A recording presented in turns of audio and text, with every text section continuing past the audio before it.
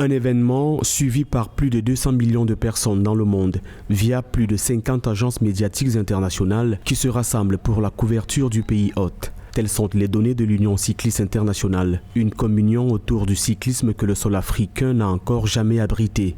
Le Rwanda devient alors le premier pays du continent à organiser ce rendez-vous majeur. C'est une très belle chose pour le cyclisme mondial et surtout africain.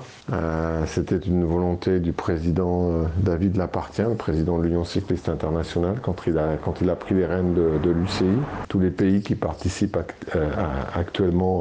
habituellement au championnat du monde, pour certains découvriront à la fois le continent africain et surtout le Rwanda, qui est un magnifique pays.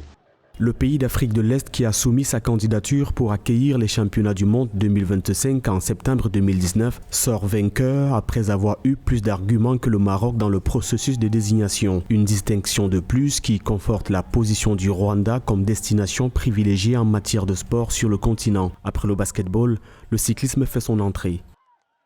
C'est surtout lié à la volonté politique des autorités rwandaises qui mettent beaucoup de moyens.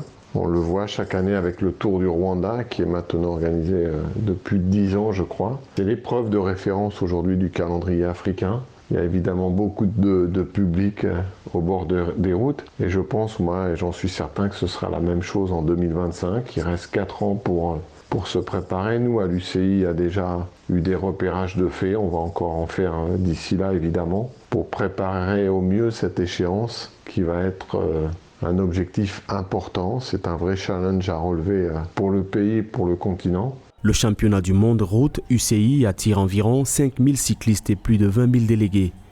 La Belgique accueille actuellement l'édition 2021. En 2025, les coureurs auront droit au paysage du pays aux 1000 collines.